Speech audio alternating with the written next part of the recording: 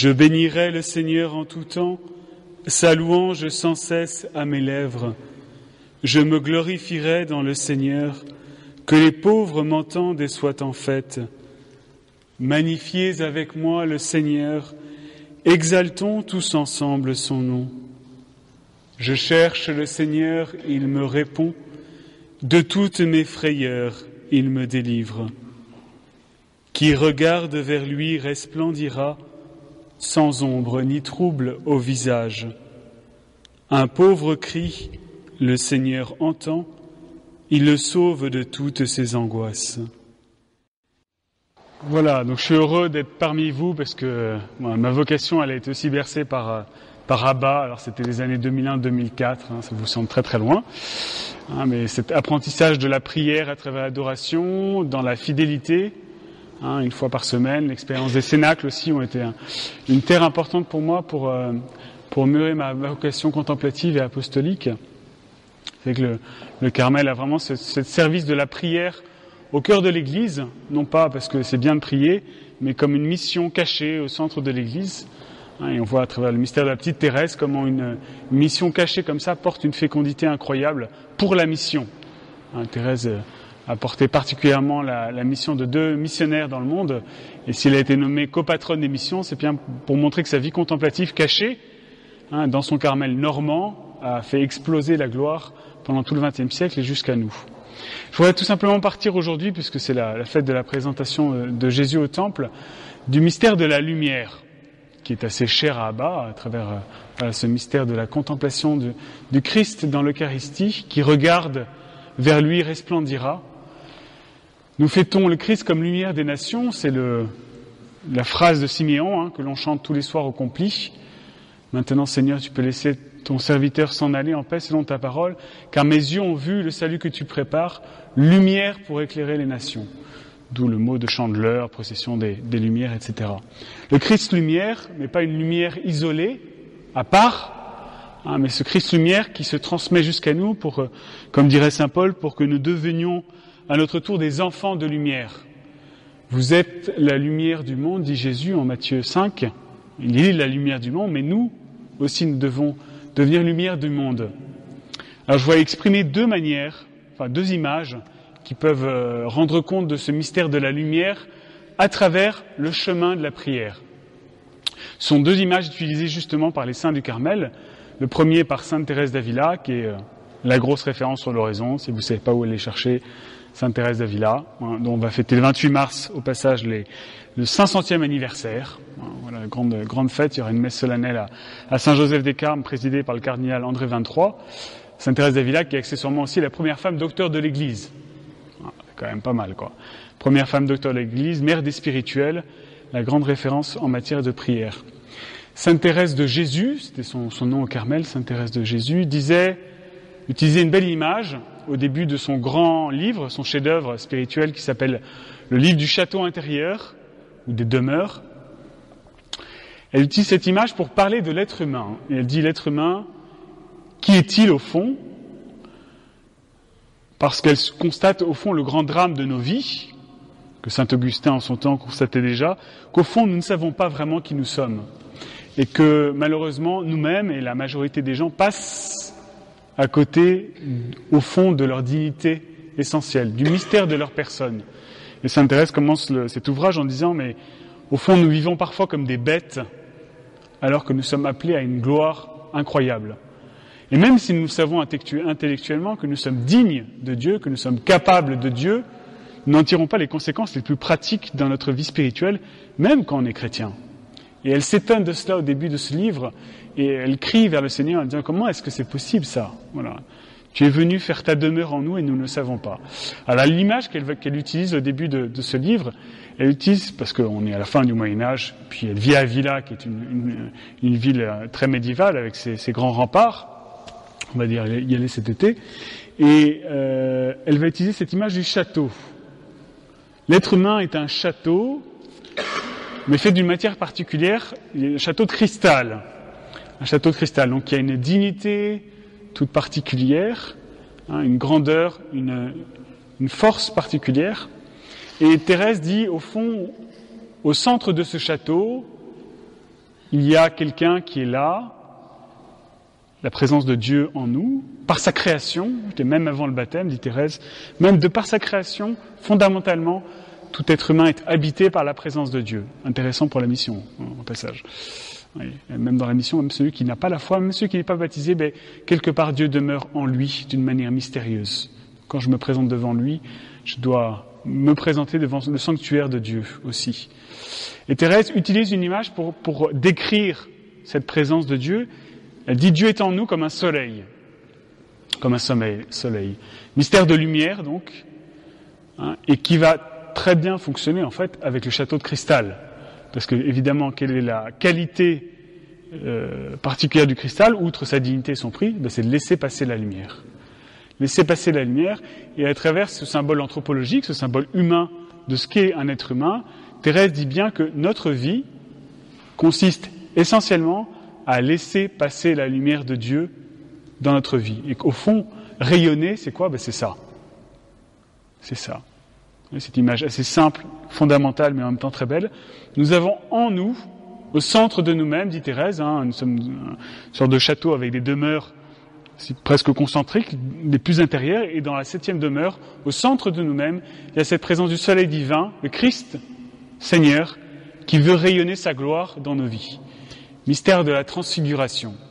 C'est une manière de lire l'évangile de la transfiguration sur le mont Tabor, où Jésus est transfiguré. Il y a deux traditions dans le christianisme pour lire ce passage-là. Le premier, c'est une sorte d'expérience intérieure du Christ, qui va irradier cette lumière jusqu'à son visage, qui va être transfiguré, mais ça part de l'intérieur. Ça part de l'intérieur. Voilà, cette lumière qui part du cœur, qui va vers l'extériorité jusqu'à rayonner jusqu'aux apôtres qui constatent cette gloire presque éblouissante du Seigneur. Eh bien nous sommes appelés à vivre un mystère à peu près semblable, analogue, par participation évidemment, de rayonner la lumière du Christ en nous. Il y a un problème, c'est que souvent nous ne laissons pas toujours passer la lumière. Et Thérèse, pour expliquer ça, elle dit, c'est le problème du péché. Le péché, qu'est-ce que c'est ? C'est qu'en gros, nous mettons un drap opaque sur ce cristal et donc sur ce soleil, et qui ne laisse plus passer la lumière. Mais Thérèse dit, ce n'est pas parce que la lumière ne passe plus que le soleil a disparu. Le soleil, il demeure. Quoi que j'ai fait dans ma vie, le soleil du Christ demeure. Et c'est ça la bonne nouvelle qu'on a annoncée. Ça, pourquoi c'est important, cette image-là ? Parce que c'est le fondement de la prière de l'oraison. Le fondement de l'oraison, c'est de dire, en moi, il y a un mystère, il y a un autre, une présence intérieure qui est le Christ, qui demeure en moi, quoi que je fasse, quoi que je dise, où que je sois. Le grand problème, c'est que souvent, je ne suis pas présent à moi-même. Et que le chemin de la prière, il va commencer à entrer en moi-même, non par nombrilisme, ou parce que je suis quand même quelqu'un de bien et que ça vaut le coup, même si c'est peut-être vrai, mais pour aller à la rencontre du Seigneur qui est présent en moi, qui m'attend, comme il le dit dans le livre de l'Apocalypse, je me tiens à la porte de ton cœur, je frappe, si tu ouvres, je viendrai prendre mon repas avec toi. Voilà. Nous avons cette hôte intérieure, dit aussi la liturgie, qui est en nous. Qu'en faisons-nous ? Là est le point de départ, le fondement de la prière. Vous voyez bien que s'il n'y a pas ce fondement-là, la prière, ça peut être un beau monologue quand même, un beau monologue. Et alors toute l'Écriture nous dit, nous n'avons pas à monter au ciel pour aller chercher Dieu, il est descendu jusqu'à nous, il est descendu dans notre cœur.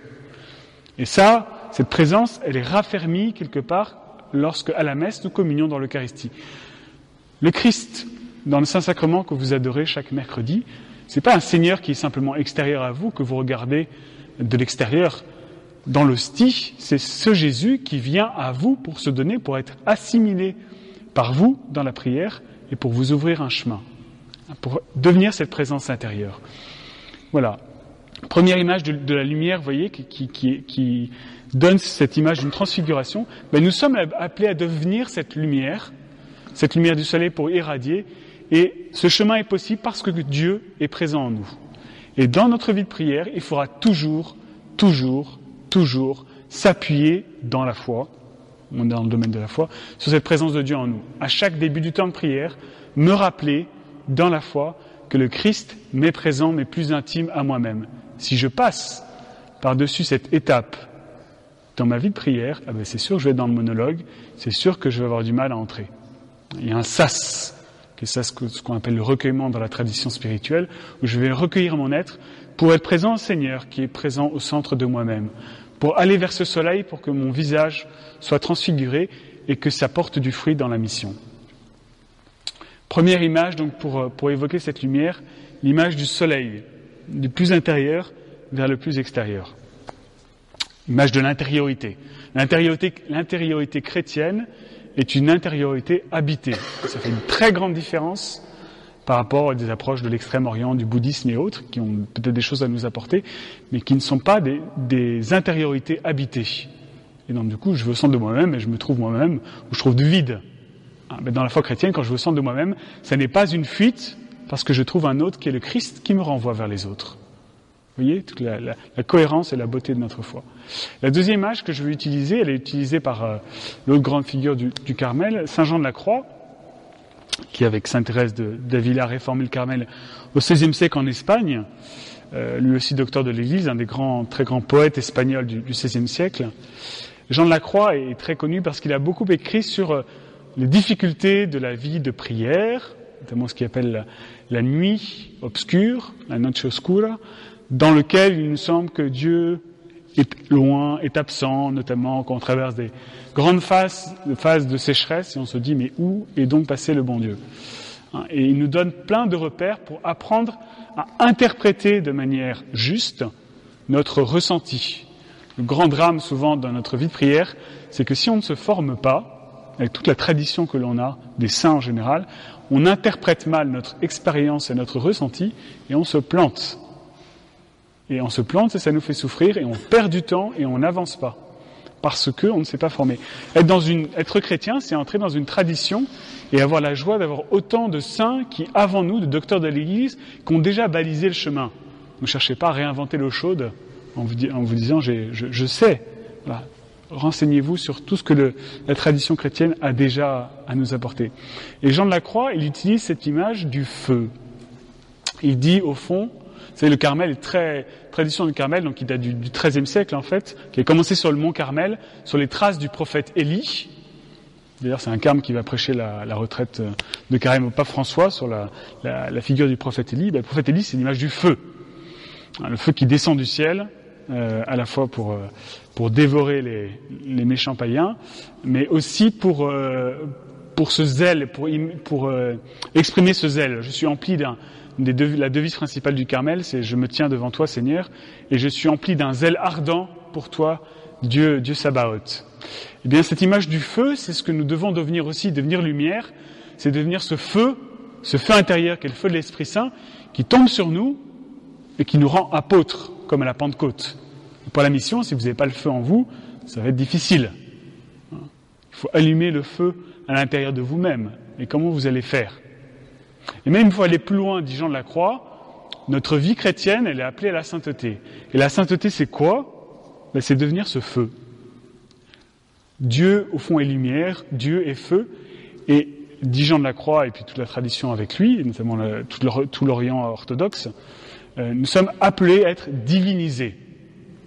Divinisés. On a parfois un peu de mal avec ces mots-là, on se dit, c'est un peu trop. Non, divinisés. Nous sommes appelés à devenir Dieu, non par nature, mais par participation. C'est pour ça que Jésus est venu. Pour nous sauver du péché, mais aussi pour nous faire participer de sa propre vie. C'est l'enseignement traditionnel de l'Église, et souvent on n'ose pas croire ça, mais c'est presque un blasphème de ne pas croire ça. Dieu est venu pour ça, pour nous faire participer de son amour, de sa divinité. Et pour exprimer ça, Jean de la Croix, il va utiliser une image, il dit, nous sommes appelés à devenir le feu, et rien de moins que cela. Et aujourd'hui, nous sommes une bûche. Une bonne bûche de bois, là, bien verte. Alors, comment ça va se passer pour que la bûche devienne du feu ? Eh bien, il y a des étapes.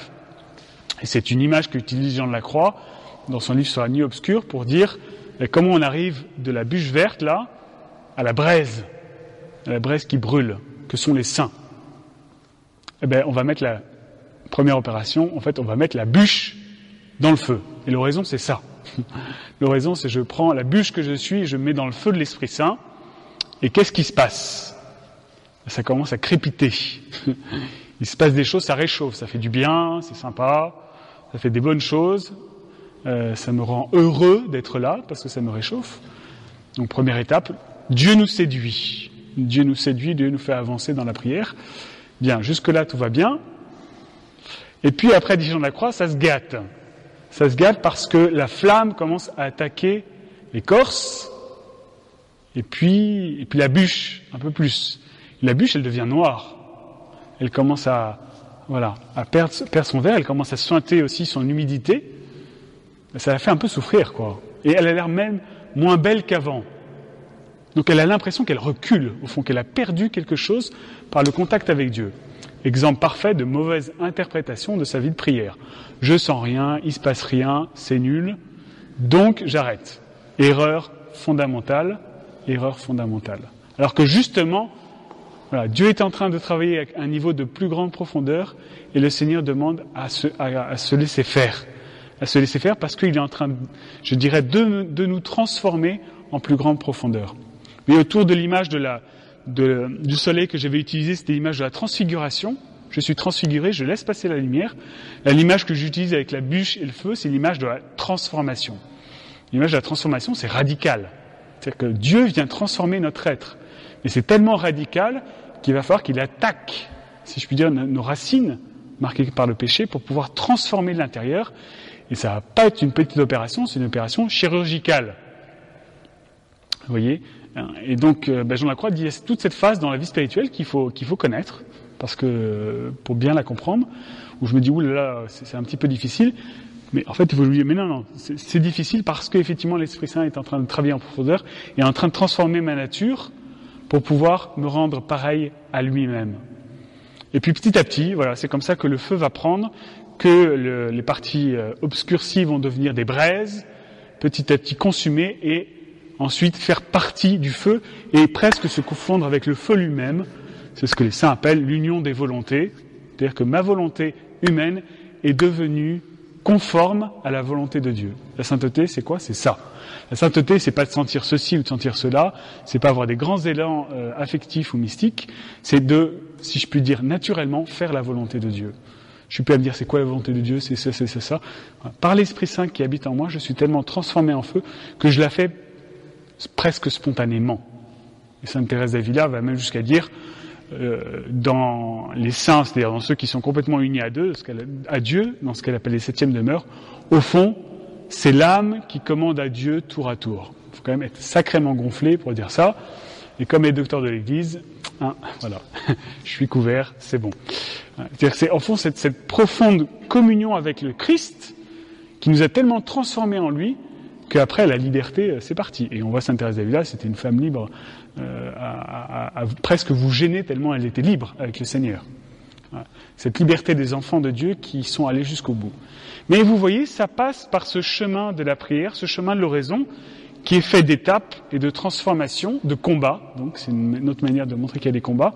Mais ces combats, ils sont pour une transformation de plus en plus profonde. Parce qu'au début de notre temps de notre prière, on s'expose tel que l'on est, mais on est très à l'extériorité de nous-mêmes, et on va entrer de plus en plus en profondeur, et le Seigneur va venir travailler notre être de plus en plus en profondeur. Pourquoi ? Pour qu'on devienne du feu. Et les vrais apôtres, les vrais missionnaires, sont les saints qui sont allés jusqu'au bout. Alors, ça ne veut pas dire qu'il faut pas commencer dès maintenant, on apprend au fur et à mesure, mais c'est ça le but de notre vie chrétienne, c'est de devenir ce feu. Alors qu'est-ce que la prière ? L'oraison, c'est tout simplement cet apprentissage de l'amour, d'une amitié avec Jésus. Jésus nous a choisis pour amis. Il a dit lui-même dans l'évangile de Saint Jean chapitre 15 verset 15, « Je ne vous appelle plus serviteurs, mais amis ». C'est pas une parole en l'air, c'est même pas une image, c'est une affirmation du Christ. Je vous appelle amis. Je vous appelle amis. Là aussi, est-ce qu'on prend ça comme une image ou comme un passage, ou on prend ça au sérieux ? Je suis choisi comme ami par Jésus, ça me fait quelque chose ou pas ? Ça change quelque chose à ma vie, ça, ou pas ? Et si ça change quelque chose à ma vie, c'est forcément au quotidien. Et bien la manière d'y répondre, ça va être de commencer, décider, comme vous disiez tout à l'heure dans le temps de prière, parce qu'il y a le désir, c'est important d'avoir le désir, il faut laisser jaillir le désir de ce chemin de prière, parce que c'est déjà l'Esprit Saint qui travaille en nous, mais à un moment, il faut que j'engage ma liberté. C'est la décision. Et je ne vais pas l'engager une fois, 2 fois. Je vais l'engager comme un chemin d'amitié, parce qu'une vraie amitié, ça va être quelque chose de fidèle dans le temps. C'est comme dans l'amour, dans le couple ou dans la vie consacrée. C'est bien beau de dire oui un jour, mais après il faut assumer. Donc il y a tout un travail de préparation. Mais avec le Christ, c'est la même chose. Il nous choisit comme amis, on le choisit comme amis, et puis il y aura des moments de difficulté. Vous savez, comme dans les apôtres, au chapitre 6 de Saint Jean, avec le discours sur le pain de vie, là, qui est quand même un peu tendu, où Jésus, quand même, il va pas de main morte sur la chair et le sang, tout ça. Et puis, du coup, il y en a qui partent. Saint Jean nous dit, à partir de ce moment-là, certains partirent. Et Jésus, qui cherche pas à faire du marketing ou de la séduction, je le dis d'autant plus, j'ai fait une école de commerce, qu'est-ce qu'il fait? Voulez-vous partir vous aussi? Négativement. Voulez-vous partir vous aussi? Dit-il à Pierre et aux autres. Et Pierre qui répond, vers qui irions-nous, Seigneur? Tu as les paroles de la vie éternelle. Donc il y a des moments un peu comme ça de tension et de décision. Je reste ou je pars? Et si je reste pour Jésus. Et dans notre vie de prière, c'est comme ça. Il y a des moments, effectivement, difficiles où la prière peut être un combat, où je peux être tenté de me décourager, d'abandonner. Sainte Thérèse d'Avila est passée par là, elle en parle très bien. Mais c'est dans ces moments où il faut que je me dise, mais je vais prier pourquoi? Parce que ça me fait du bien? Parce que ça me rassure? Dans ce monde difficile, ça peut passer par là au début du chemin de prière. Il y a un moment, il va falloir que je me dise, j'y vais pour Jésus ou j'y vais pas pour Jésus? J'y vais parce que je veux l'aimer ou parce que ça me fait du bien? Voilà, c'est une étape aussi de la vie de prière où j'apprends à choisir Jésus pour Jésus, parce que c'est mon ami, et non pas parce que Jésus me donne. Comme c'est vrai dans l'amour, dans le couple ou dans tout engagement. Il y a l'affectivité qui est importante, le ressenti, et puis à un moment la liberté qui se donne, qui choisit d'aimer, même si ça se passe pas exactement comme on l'avait prévu. Mais comme le Seigneur sait mieux que nous ce qui est bon pour nous, parce que c'est lui qui nous a créés et qui nous connaît par cœur, ça vaut le coup de s'engager sur ce chemin de la prière. Même avec tous les combats, et moi je peux en témoigner aujourd'hui, où en tant qu'arme je fais 2 heures d'oraison par jour. Donc je peux vous dire que si c'était vraiment nul, ça fait longtemps que je m'en serais aperçu. Mais voilà, déjà en tant que laïc, quand j'étais étudiant et que je participais à ABBA et que je bossais, voilà, l'oraison était pour moi vraiment le cœur de ma journée, le centre de ma journée, tout simplement parce que c'était, voilà, je me retrouvais avec le Seigneur au début de chaque journée de travail, que c'était le moment où je pouvais faire le point, lui confier ma journée, et que tout ensuite s'organisait, je dirais, autour de cette amitié avec le Christ. Et qu'au début, ce qui était difficile, c'était de mettre en place ce temps de prière-là, mais qu'une fois qu'on a commencé à goûter ça, et à traverser un peu les moments difficiles, c'est tellement central que, qu'est-ce que vous voulez faire d'autre? Imaginez la prière, au fond, cette relation intime que vous avez avec le Christ, personne peut vous le prendre. Personne. Il peut vous arriver toutes des tuiles dans votre vie, malheureusement ça arrive, personne ne peut vous voler cette amitié avec le Christ. Saint Paul dit, rien, ni la mort, ni la vie ne peut nous séparer de l'amour révélé en Jésus-Christ. Mais ça, on en a l'expérience ou c'est des mots? Parce que c'est beau les grandes phrases qu'on sort, même pour l'évangélisation. Si on n'a pas l'expérience, qu'est-ce que ça veut dire? Si vraiment j'ai expérimenté un moment dans ma vie, qu'aujourd'hui j'expérimente, que là où j'en suis de ma prière, personne peut me retirer cette amitié avec le Christ, et que cette vie que je vis à l'intérieur, elle est à moi, elle est ma vie, mais ça vous donne une force et une liberté absolument incroyable. Un détachement par rapport à tout ce que vous avez, même vos relations, parce qu'elles sont resituées à leur juste place dans cette relation avec le Christ. Plus je deviens ami de Jésus,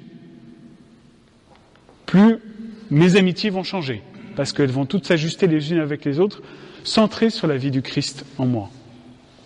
Donc là aussi, c'est un travail de transformation. Plus je deviens proche de Jésus, plus son amitié déteint sur moi, plus tout autour de moi, ça va changer.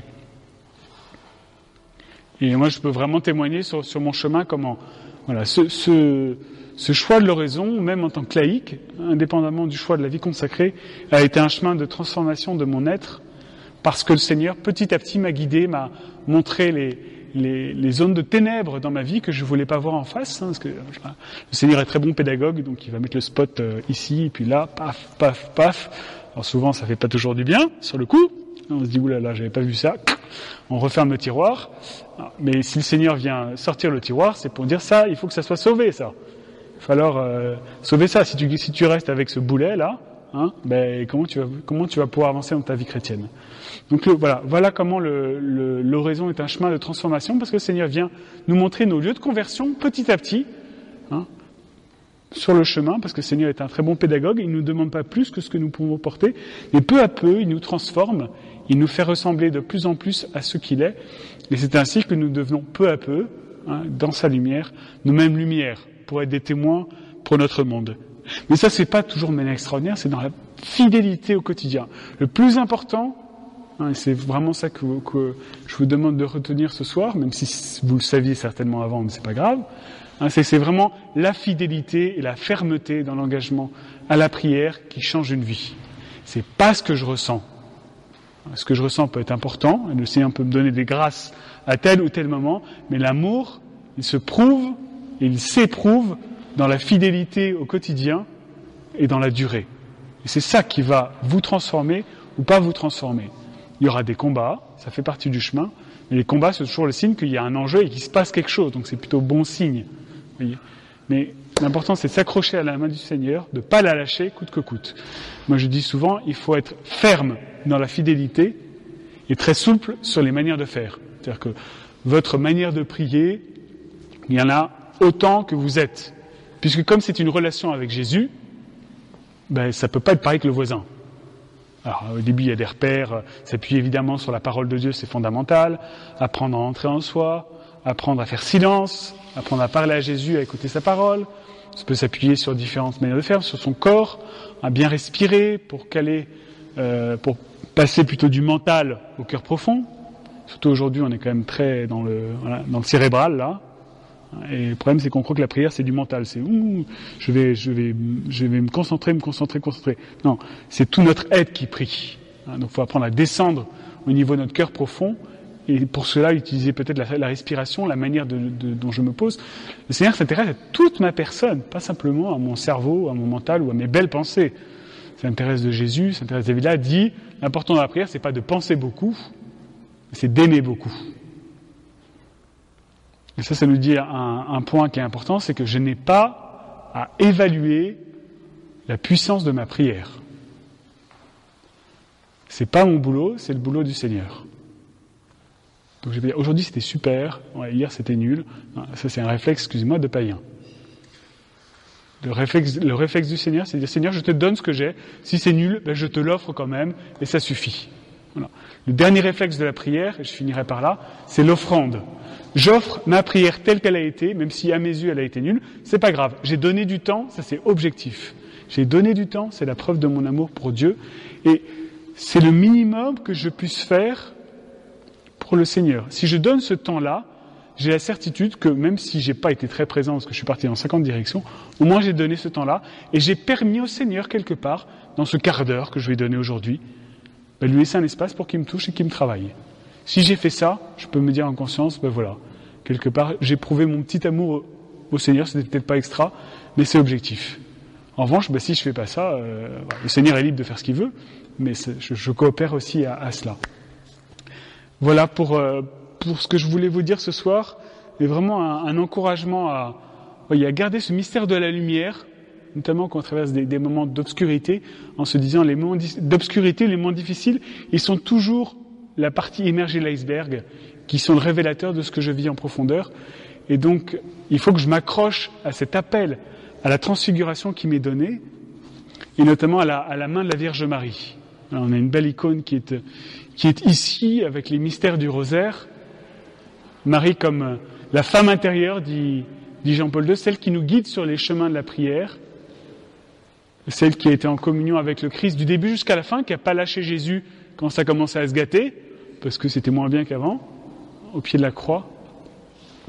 Eh bien, on va confier vos chemins de prière à Marie. Vierge Marie, viens nous bénir ce soir, viens nous donner la fermeté dont nous avons besoin pour grandir avec le Christ, pour devenir des lumières comme toi que les pères de l'Église ont comparé à la lune qui reflète la lumière du soleil du Christ.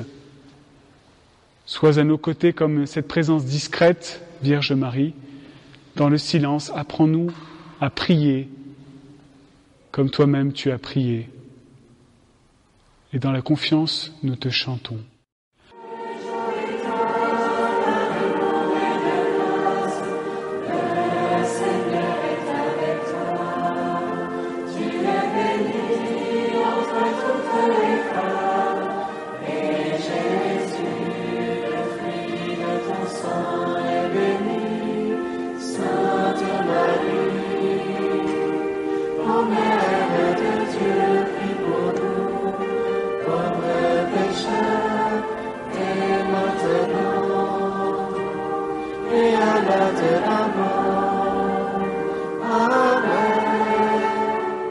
Le Seigneur soit avec vous et que Dieu Tout-Puissant vous bénisse, le Père, le Fils et le Saint-Esprit.